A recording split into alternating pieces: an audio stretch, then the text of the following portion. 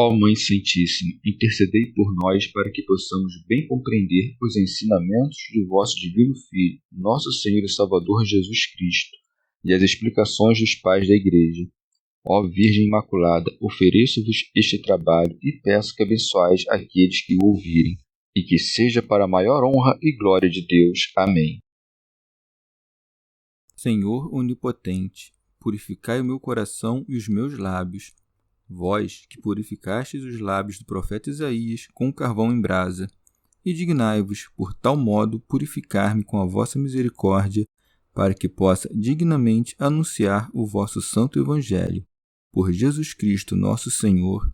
Amém. Senhor, abençoai-me. Que o Senhor resida no meu coração e nos meus lábios, para que anuncie digna e convenientemente o seu Evangelho. Amém.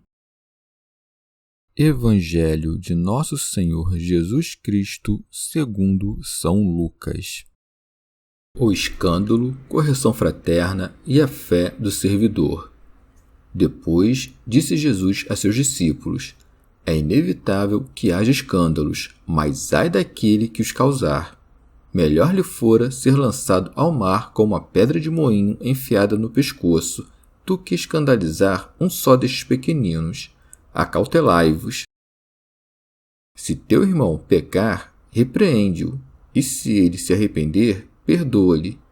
E caso ele peque contra ti 7 vezes por dia e 7 vezes retornar, dizendo, estou arrependido, tu lhe perdoarás. Os apóstolos disseram ao Senhor, aumenta em nós a fé. O Senhor respondeu, com a fé que tendes como um grão de mostarda, se dissesses a esta moreira, arranca-te e replanta-te no mar, e ela vos obedeceria. Comentários dos Pais da Igreja. Teofilacto Diócrida. Aos fariseus dirigia-se a parábola anterior, a saber, a do homem rico e de Lázaro, porque combatiam, avarentos que eram, a doutrina da pobreza pregada por Nosso Senhor. Aqui instrui seus discípulos a respeito dos fariseus, dando-lhes a conhecer que não apenas eram cismáticos, mas também obstruíam os caminhos do Senhor. Depois disse Jesus a seus discípulos, é inevitável que haja escândalos, isto é, que não se ponham obstáculos à vida virtuosa e agradável a Deus. São João Crisóstomo. 2 espécies há de escândalos, uma que cria embaraços à glória de Deus, outra que obsta o caminho de nossos irmãos na fé. Assim, as doutrinas dos hereges e toda palavra proferida contra a verdade recaem no primeiro caso. Contudo, aqui, parece, não trata Nosso Senhor destes escândalos, mas daqueles que passam entre amigos e irmãos, quais sejam as brigas, as detrações e assemelhados. Por isso acresce mais abaixo, se teu irmão pecar, repreende-o. Teofilacto Diócrida. Ou quer Nosso Senhor dizer que a prédica da verdade forçosamente chocar-se-ia com obstáculos, por exemplo, aqueles que lhe opunham os próprios fariseus. Mas, se é forçoso que os escândalos venham, porque Nosso Senhor condena aquele por quem eles vêm, mas ai daquele que os causar. Porque tudo que vem a ser por força da necessidade é venial, conquanto cumpre notar que a necessidade em questão é efeito do livre-arbítrio. Sabedor Nosso Senhor de que os homens se inclinam para o mal e nada fazem de bom, disse que os escândalos não são senão a consequência necessária desse estado de coisas. Qual médico que, notando a intemperança de seu paciente, exclame, é inevitável que adoeça. Portanto, diz o Salvador, mas ai daquele que os causar, e ameaça castigá-los, falando deste teor, melhor lhe fora ser lançado ao mar com uma pedra de moinho enfiada no pescoço. São Beda. E com essas palavras alude ao antigo uso da Palestina, onde os crimes de gravíssima seriedade eram punidos entre os judeus desta maneira. Atava-se ao pescoço do criminoso uma grande pedra, para então ser precipitado ao fundo do mar. Suplício atroz, de fato, mas ainda assim preferível, quando o mesmo recaía sobre o inocente ao condenar um irmão à morte eterna. É com razão que chama pequeninos aqueles que se deixam abalar pelo escândalo. De fato, o fiel de alma magnânima, aconteça o que acontecer, esse não se aparta da fé. Sempre que possível fazê-lo sem pecar, evitemos escandalizar o próximo. Que venha o escândalo, porém, se for imprescindível para salvaguardar a verdade mesma. São João Crisóstomo. A pena imposta sobre aquele que causa escândalo dá a conhecer, por contraste, o prêmio de quem será salvo. Se a salvação de uma só alma não fosse para Nosso Senhor tão importante, ele não ameaçaria de um castigo tão imenso aquele por quem o escândalo vem. Santo Ambrósio. Depois da parábola do homem rico a sofrer os tormentos da condenação, instrui Nosso Senhor seus discípulos a perdoarem todos aqueles que se convertem dos próprios erros, com isso evitando que o desespero os retenha no pecado. Acautelai-vos. Teofilacto Diócrida. Como se dissesse, é necessário que venham os escândalos, não porém que pereçais no caso de cairdes em pecado. Do mesmo modo, não é de força que a ovelha pereça, sobrevindo o lobo, estando o pastor a vigiar. E como são muitas as razões de escândalo, entre as quais algumas podem ser sanadas e outras não, Nosso Senhor acresce: se teu irmão pecar, repreende-o, e se ele se arrepender, perdoa-lhe. Santo Ambrósio. Que se indulte com presteza. O perdão, contudo, não deve ser complacente. É preciso, pois, que se evite a um só tempo os reproches severos que acabam por desencorajar e a indulgência excessiva, que acaba por autorizar o mau procedimento. Por isso diz Nosso Senhor a Lures: se teu irmão pecar contra ti, vai e corrige-o. Porque mais aproveita ao pecador a correição amiga do que a acusação violenta. Aquela incute pudor, e esta move a indignação. Acautela-te em não publicar as faltas do pecador, porquanto é preferível que ele ache em ti um amigo que o repreende do que um inimigo. De fato, ele há de dobrar-se mais facilmente aos teus conselhos do que às injúrias. O medo não sabe resguardar perseverança.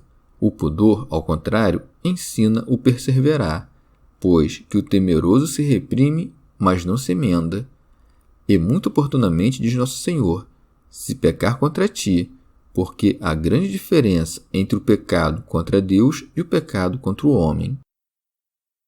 São Beda. Tenha-se em conta que Nosso Senhor não manda que sejam perdoados igualmente todos os pecadores, senão aqueles que fazem penitência. Haveremos de evitar os escândalos se não fizermos mal a ninguém, corrigirmos com justiça os que pecaram e acolhermos com entranhas de misericórdia os pecadores penitentes. Teofilacto Diócrida. Mas alguém há de indagar: como proceder no caso de um irmão que, depois de eu ter-lhe perdoado faltas várias contra mim, tornar a me ofender? Essa pergunta respondeu a Nosso Senhor dizendo: e caso ele peque contra ti 7 vezes por dia e 7 vezes retornar dizendo: estou arrependido, tu lhe perdoarás. São Beda. Com a menção do setenário, assevera Nosso Senhor não haver fim para o perdoar, dando-nos a conhecer que devemos perdoar todas as ofensas ou, pelo menos, todos os ofensores arrependidos. O número 7, de fato, frequentemente simboliza a totalidade, seja de uma coisa particular, seja do próprio transcurso do tempo. Santo Ambrósio. Ou aludiu Nosso Senhor ao número 7, porquanto Deus descansou dos trabalhos da criação no 7º dia. Rematada a semana deste mundo, há de chegar o perenal repouso prometido, quando, suprimidas as más obras, ao mesmo passo extinguir-se-ão os castigos por concomitância. Teofilacto Diócrida. Tendo sido instruídos em dificultosos deveres, quais sejam a pobreza e os escândalos, pedem a Nosso Senhor uma fé alentada, que lhes valha o praticar a pobreza, já que nada fomenta mais o desejo pela pobreza do que crer e esperar no Senhor, e o resistir aos escândalos. Os apóstolos disseram ao Senhor: aumenta em nós a fé. São Gregório.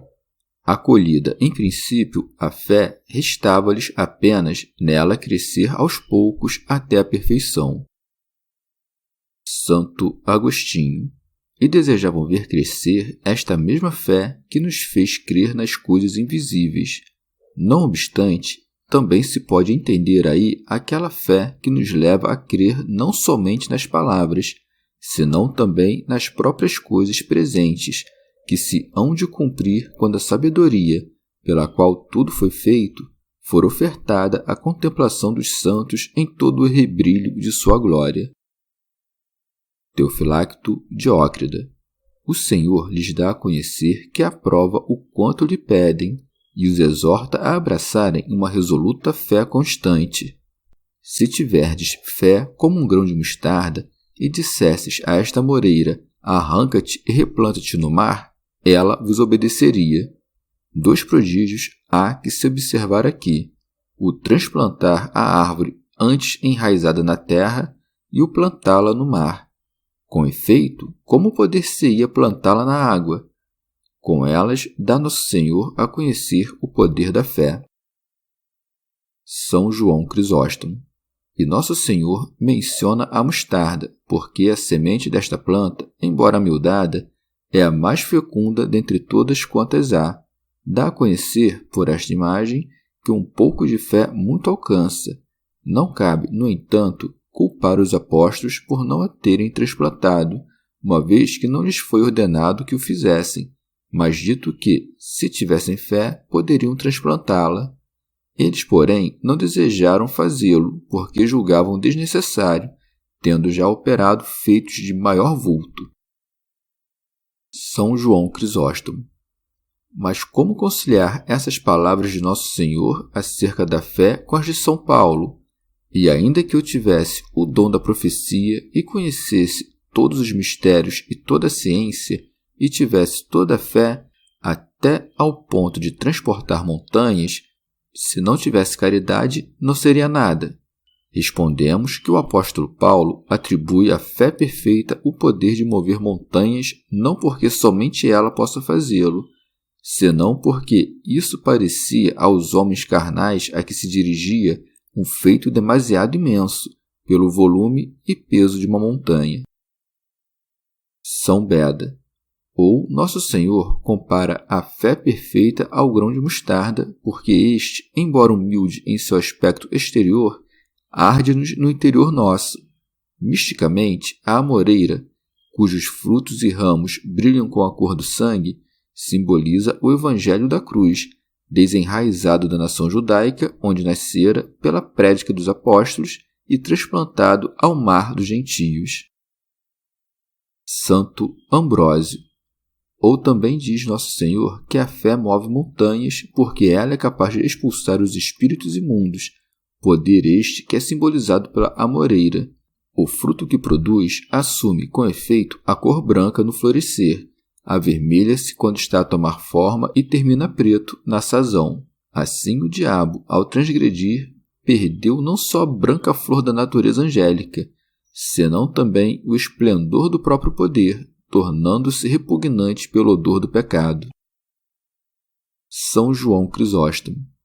Também se pode comparar a amoreira ao diabo de outra maneira, porque assim como certos vermes se alimentam de suas folhas, assim o diabo, através dos pensamentos que dele procedem, alimenta o verme inexaurível que há em nós. A fé, contudo, é capaz de desenraizar de nossas almas essa amoreira e sepultá-la nos abismos. Chegamos ao fim de mais um dia de comentários da Catena Áurea. Muito obrigado por ficarem até aqui, que Nossa Senhora derrame suas graças sobre nós e até amanhã.